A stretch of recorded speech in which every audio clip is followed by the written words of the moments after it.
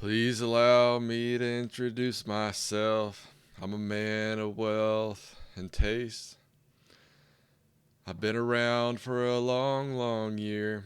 Stole many a man's soul and faith. I was around when Jesus Christ had his moment of doubt and pain. Made damn sure that Pilate washed his hands, sealed his fate. Pleased to meet you. Hope you guessed my name. What's been troubling you is the nature of my game. Hello, my name is Cody. Welcome to the Unifying Field podcast, where we journey beyond the black and white into the vast spectrum of human experience. Here we explore the great question of why we are here, seeking wisdom in all traditions and unity in our diversity. My mission is to bridge worlds, uniting hearts and minds through conversation, curiosity, and the shared wonder of existence. So take a deep breath in through your nose, open your mind, and join me as we step into the infinite together. Part 1. Today we're diving into one of the deepest mysteries, what we call good and evil. I want to explore these ideas from the Hermetic frame of mind. You may have heard of the concept as above, so below, as within, so without. If you aren't familiar with it, it is attributed to Hermes Trismegistus and reflects the idea that the macrocosm, the universe, and the microcosm, the individual, are interconnected, suggesting that what happens on one level is mirrored on another. This principle emphasizes the correspondence between different planes of existence. I'm going to split this into two parts. Part 1 will focus on these forces as being and occurring externally in the universe, roughly in the realms of heaven and hell and earth, whereas Part 2 will focus on those same forces occurring within ourselves, combined with the other factors that set us up for creating good or evil. We'll look at situational factors, programming, the shadow, as well as accountability. Let's begin our journey in heaven before we descend into the depths of hell. From Revelation 12:7-9. Then war broke out in heaven. Michael and his angels fought against the dragon, and the dragon and his angels fought back. But he was not strong enough, and they lost their place in heaven. The great dragon was hurled down, that ancient serpent called the devil, or Satan, who leads the whole world astray. He was hurled to the earth, and his angels with him. Satan rebels, is cast out of heaven into hell, and becomes the poster child of evil. You've probably seen the depiction of Archangel Michael, who has Satan pinned down with his foot and a sword pointed at him, the light prevailing over the darkness. This story feels like it is somewhere far off in the spirit realm, wherever that is. And as we begin, we shall treat it this way. While it appears to be explained relatively simply via parable, I don't think it is actually that simple. What if I told you that God created evil in the first place? Did that sentence spark a little fire inside of you just now? Good. Let's dance in the darkness for a little bit, because we'll never grow if we always stay in our comfort zone. Of course, your pastor would surely say otherwise. Isaiah 45:7 states, I form the light and create darkness. I make peace and create evil. I, the Lord, do all these things. Now, why would he do this? Why would God create the devil? Your ego is likely on the defense right now. That voice just said, the hell he did. You shut your dirty mouth, sinner. All right, but do you really think that God didn't know that Satan was going to rebel? And then we were left with this mess of a place here on earth with so much evil, which God couldn't instantly stop and start over? Come on. I think we as humans like to anthropomorphize incomprehensible ideas into something we can grasp and place into a neat little box. Anthropomorphize means to ascribe human form to something not human, and in this case, that means spirit or God. If we cannot grasp God in any way, what makes us think we can grasp this force that does such a great job of pulling us away from God? Now, I'm not trying to say that this force can't manifest or organize in whatever way it pleases, just as God can too. But even if it organizes in a way we can understand, it doesn't mean we understand its true nature. I really like occultist Jason Miller's definition of spirit. He says that spirit is organized consciousness. I think that fits here in explaining how God and Satan can organize in whatever way they see fit. I hypothesize that these are forces that enable us to enjoy a physical existence on Earth separate from God, kind of. Before you make a judgment on this idea, hear me out. When I speak of God, I mean the ultimate source, the one mind, consciousness itself, not the angry guy sitting on the throne, being angry and jealous and whatnot. It is almost as though Satan and what we consider demonic or evil are forces that are all part of God's plan, or at least his divine comedy. Thank you, Dante. I might even go as far as saying that the idea of God and Satan are two sides of the same coin, kind of like Two-Face, aka Harvey Dent from Batman, and that the turbulent interplay of these forces create this unique dimension where we play and learn, and that enables God to live through every one of us to experience every possibility. And to say that we even understand the light, I think, is a misnomer. God, I believe, is above and beyond the concepts of good and evil. For to confine him to concepts is to limit him, and he has no limits. I'm not here to say that one of these forces is good and the other is bad. I am saying that when, according to the Bible, God said, "Let there be light," there too he created the polarity of darkness. For there couldn't be one without the other. What do I mean by this? Let's take heaven, for example. If in heaven there is only good and no bad, then there's no frame of reference for what good actually means. And really, as I mentioned before, the one true God above all other gods is beyond good and evil. Let's have some fun with a completely fictional story with a couple of self-governed communities to see how the boundaries of good and evil are created on the physical plane. This is how I imagine early humans created rules for what is good and what is evil before religion. Like maybe if it is painful, it's evil. If it makes me feel good, then it's good. But wait, me feeling good and you being hurt creates a problem. With the current parameters, I think that something's good, but you think it's evil. So let's revise this a little bit. If it makes us feel good, not just me or you, then it's good. Culturally, this is relatively how I imagine it works. The idea of good and evil is slowly revised as it accounts for the countless variables that are involved, such as other people, animals, the environment, intent, and whatever else. For example, if we as a community decide that killing someone is evil, we vote to make it a law which prohibits killing someone. But then we realize that if we are under attack, we may have to kill to defend our people.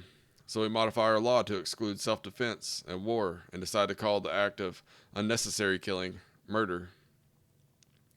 And now, if someone commits murder, we might say they committed evil, and perhaps are thus an evil person themselves.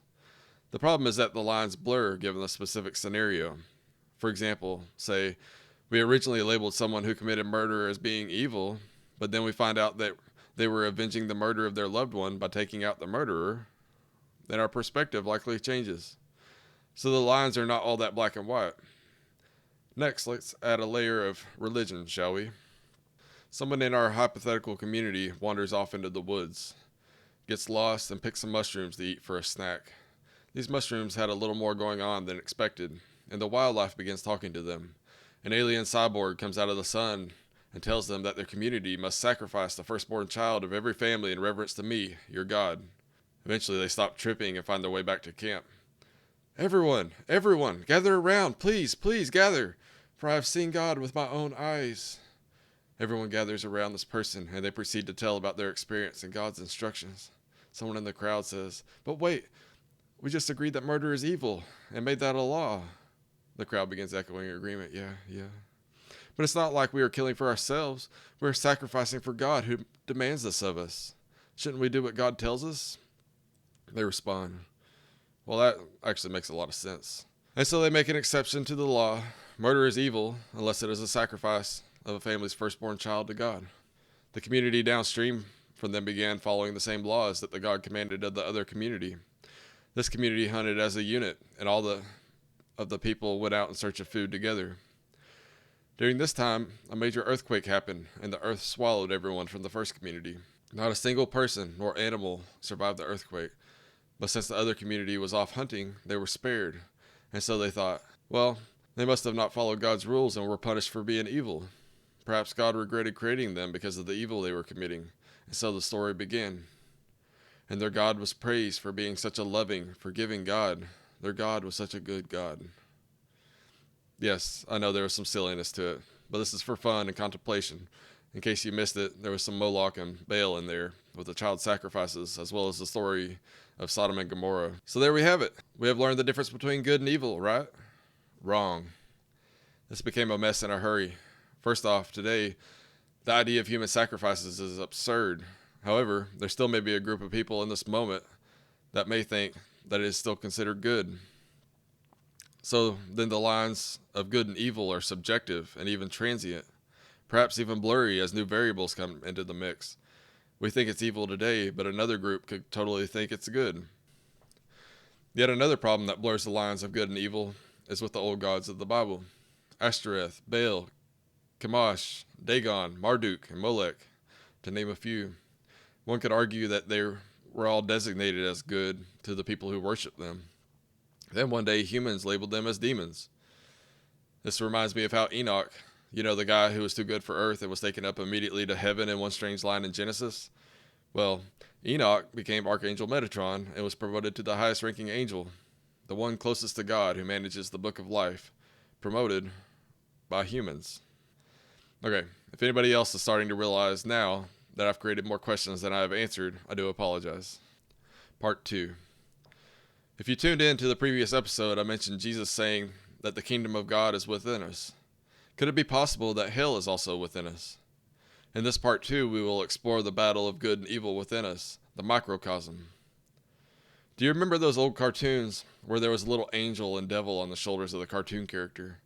When presented with a crossroads where the character could choose to be good or bad, the little devil would urge them on to be nefarious, while the little angel would plead with them to not listen to the devil and to do the right thing instead. Please, please, please do the right thing. These figures may not actually be good or evil, for they imitate the tug-of-war struggle of forces that impact us internally, as well as the world. Before we move further, I want to introduce the idea of archetypes. Carl Jung, a Swiss psychiatrist and psychologist, defined archetypes as universal symbols and patterns that influence human behavior and personality. Key archetypes include the hero, the shadow, and the anima or animus. The anima being the feminine side of a man, and the animus being the masculine side of a woman. Each of these archetypes represent different aspects of the psyche. Now let's learn about the devil archetype, also known as the shadow. Jung says the devil is enigmatic, worldly, awkward, wily, savage, immoral, destructive, and cheating. It has the character of an autonomous personality, which is greater than man's consciousness and greater than his will. It is the animal side of the psyche that has not been assimilated to the consciousness, and thus is unconscious. Alright, so to better explain the unconscious mind, it is the part of the psyche that contains thoughts, feelings, and memories that are not accessible to conscious awareness, but still influence behavior and decision making. That is the key. We are unaware of this side of ourselves, and it still influences how we live. Back to Carl Jung. He warned that it is dangerously deceptive on account of its numinous nature. Being autonomous, the shadow, our inner devil, can insinuate itself into daily life and cause all manner of mayhem. He says, with its fondness for sly jokes and malicious pranks, the devil can lead us astray and expose us to all kinds of torture, from emotional tortures like impatience, doubt, and despair, to more serious problems, causing annoying accidents, divisive misunderstandings, and even fatalities.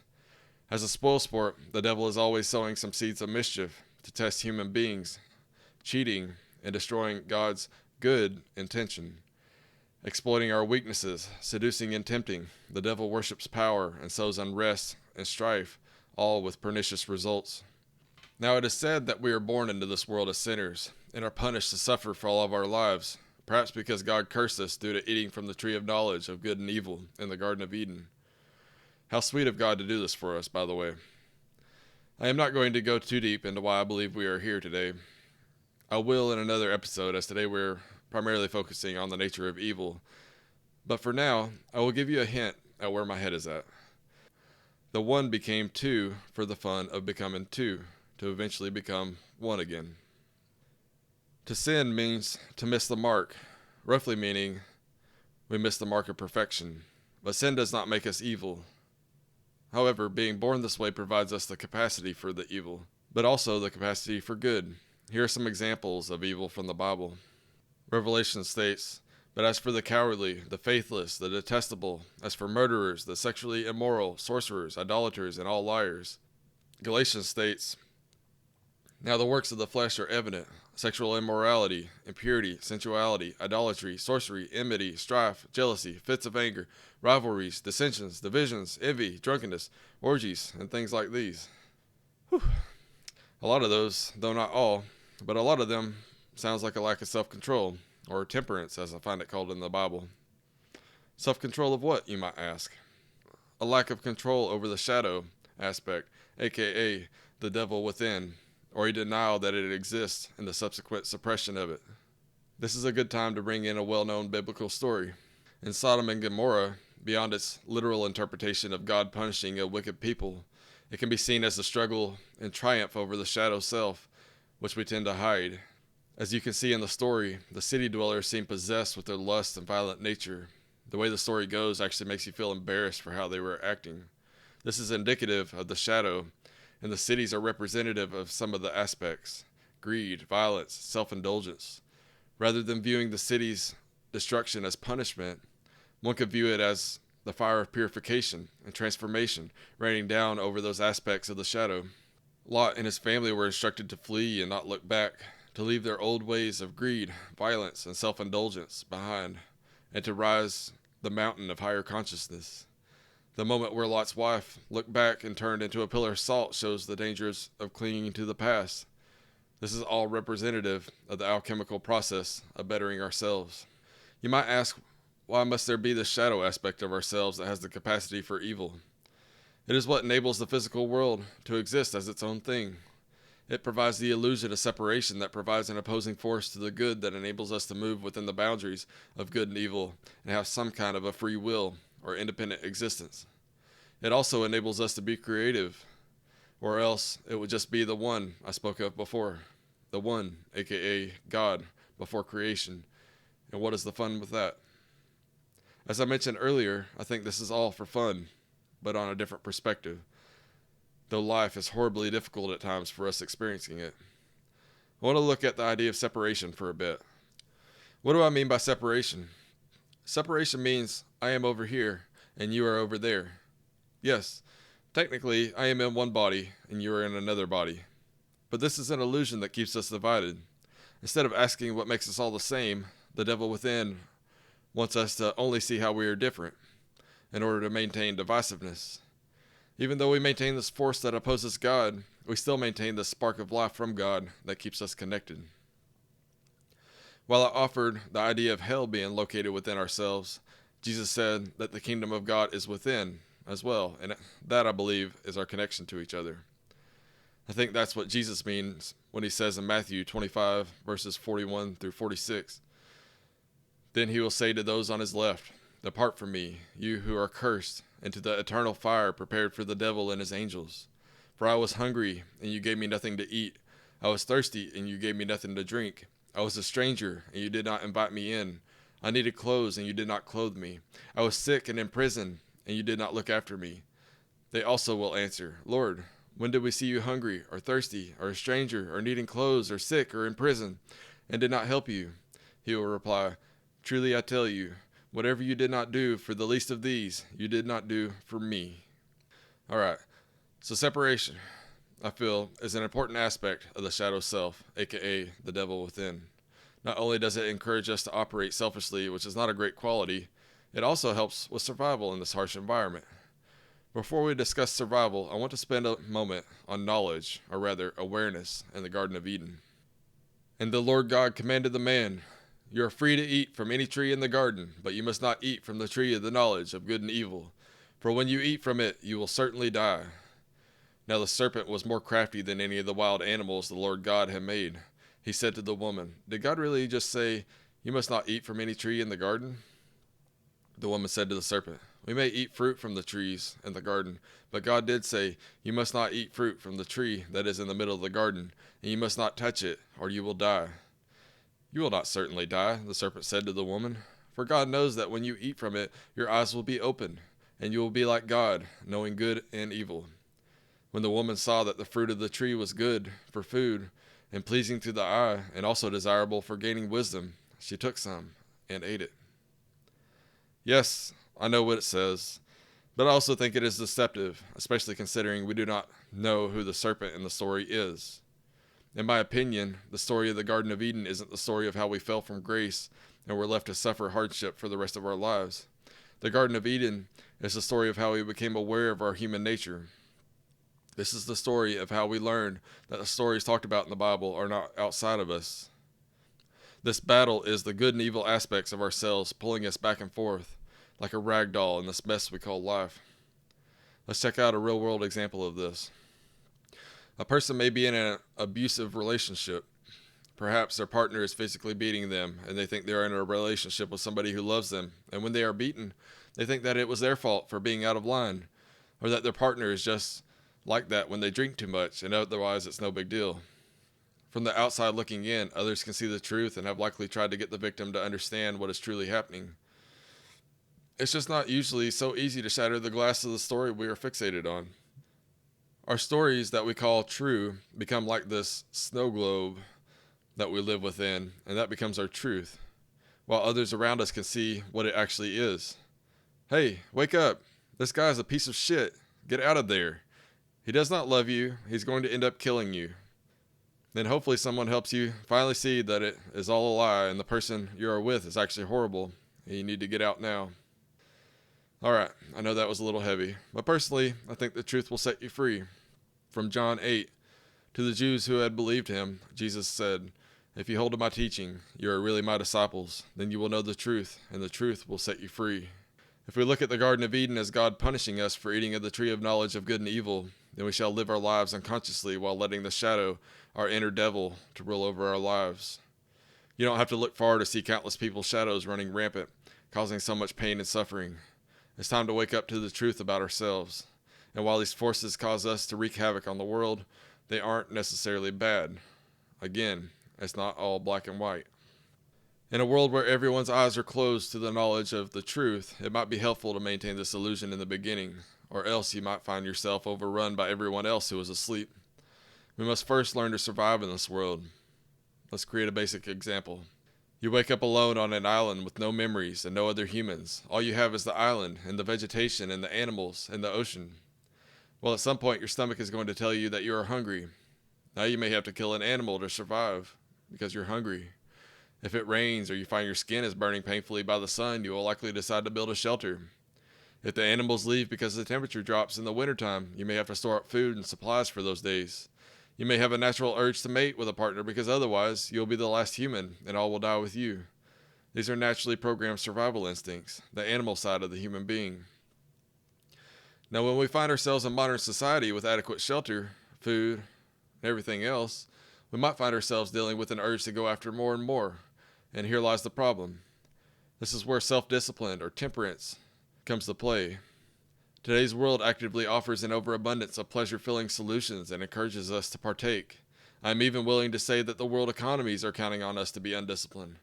What makes it even worse is that religion and society encourages us to suppress the parts of us that make us who we are, and even make us feel shameful about being ourselves, instead of learning to understand what these forces are and how to gain control over them, to transmute them into something good.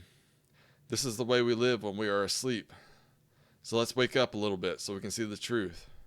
I am reminded of the first law of thermodynamics, which is also a law in metaphysics. The first law of thermodynamics states that energy cannot be created or destroyed, only transformed from one form to another. Understanding this, we might be better able to understand what happens when we try to suppress energy. Suppressing energy does not remove it. Each time we suppress anger, for example, we fill our tank with a little more anger. Eventually our tank can no longer hold any more anger, and so instead of a fight with your spouse being productive and healthy, you say things that really hurt and damage your relationship because the pressure from the tank had to release, and you lost control. You lost control because you had no control over the anger to begin with. You were afraid of your anger, and so you worked really hard to tuck it away somewhere safe. And thus, the alternative route is to acknowledge it and learn how to wield these parts of ourselves that we think are evil, though they may come from that Satan archetype. Satan's role is not black and white. Remember that. He is a trickster, yes, but he has a purpose. So how do we learn about this side of ourselves? And how to regain control? Self-inquiry. Pay attention to how you interact with people, the thoughts and emotions that arise during the day, how you respond to conflict, lust, laziness, etc. And then acknowledge them and ask questions. What do you hear others saying about you? Pay attention. I would like you to meet you. Not the you that is hidden from the world and even from yourself, the complete you that is comprised of both the kingdom of God and Satan's hell. Outside of animalistic programming, where else do aspects of the shadow come from? First, you were born into a unique human body with aspects of both your mother and father. So on the most basic level, parts of your shadow are inherited from your parents. It might be helpful to see what they struggle with to help shine light on your own struggles. From here, our shadow grows with the environment we are raised in. How did our parents treat each other in front of us? How did they treat us? Did we create defense mechanisms that were once created to shield us from harm as a child? Were you called weak or a girl when you cried as a child? This is common for guys as a cultural norm. We are taught that we are not a man if we cry. We are weak, so we suppress that. Move through your life. Think about events that shaped where you are today. What parts of you might have been suppressed to keep you safe before, but are now causing turmoil? This is the art of self-inquiry. I watched a TED Talk by Jim Fallon called Exploring the Mind of a Killer. In this talk, Jim discusses how brain scans of serial killers reveal consistent damage in the orbital cortex and temporal lobe, altering emotional regulation. He discusses how a combination of factors such as genes, stress, trauma as a child, and violence can create the recipe for a psychopathic killer. So what it sounds like is that these factors can physically damage the human brain and make it possible for them to exhibit psychopathic behaviors. And if you're like me and not completely sure what the definition of a psychopath is, I Googled it. A psychopath is a person who engages repeatedly in criminal and antisocial behavior without remorse or empathy for those victimized. So damage to the orbital cortex and temporal lobe caused by the factors mentioned before, genes, stress, trauma, and violence, may create the recipe for someone who is more likely to create evil. However, that does not mean that everyone with childhood trauma has a predisposition to evil. But it is true that a lot of the worst monsters in history were abused as children. And that is very unfortunate. But do not let this make you think that people who experience trauma in their lives are damaged goods. The point is to shed light on the impact of trauma in our shadows which oppress us. The point is to help us learn about who we are by exploring what shaped us throughout our lives. I also wanted to show the ability of not only us as parents to physically impact our future generations, our kids, in a negative manner, but also to show the power of our actions to negatively impact anyone else, and thus learning the importance of living more consciously and aware of what we are truly doing. This is the battle of heaven and hell within us. I know this was heavy, so let's lighten it up a little bit. There was an episode of How I Met Your Mother that I love. It is about the group's many bad habits which everyone is blind to. That is, until someone opens their eyes to what is really going on. Ted always corrects people, and Robin says literally in every sentence. Robin says, "I literally want to rip your head off."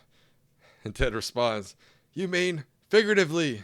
She responds, "No, I literally mean literally."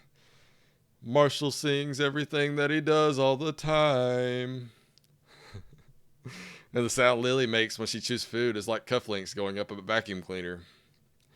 Finally, Barney talks in a high-pitched voice, constantly using lame catchphrases and spaces out when people are talking. I talk about this to not only lighten things up a bit, but to also shed light on the darkness. Darkness is only an absence of light, so pay attention. Don't be hard on yourself during the process, and learn about you. Next, I want to look at how denial and suppression of the shadow can lead to pure evil. Carl Jung says that what we deny and suppress, we give power to. Next, I want to focus on the expression of evil into the physical world.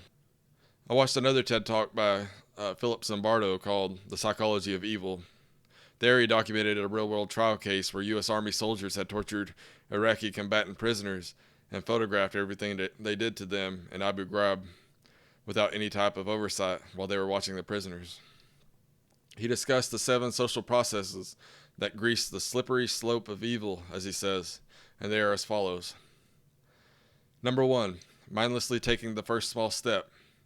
Practically meaning, taking the first small step into the realm of evil makes you more likely to take another step. This is where the inner devil, the shadow, assures you that a baby step into evil is okay, and thus you take more and more steps. Each of these processes, we will assume the action or inaction is influenced by our shadow. Number 2, dehumanization of others, meaning that if you no longer see others as humans and see them as animals, for example, you might treat them as animals. Number 3, de-individuation of self, meaning if you are anonymous with, say, a mask, nothing personally identifying about you, you're more likely to act. Number 4, diffusion of personal responsibility, meaning that you feel that it is not your responsibility to step up against evil, even if you are aware of it occurring. Number 5, blind obedience to authority, meaning not questioning authority when you know something isn't right. Number 6, uncritical conformity to group norms, also meaning not questioning when things don't seem right. Number 6, uncritical conformity to group norms, also meaning not questioning when things don't seem right. If everyone else thinks it's okay, it must be okay, right? Number 7, passive tolerance of evil through inaction or indifference. Oh, indifference. Evil disguised as inaction, because you sit by and let things happen.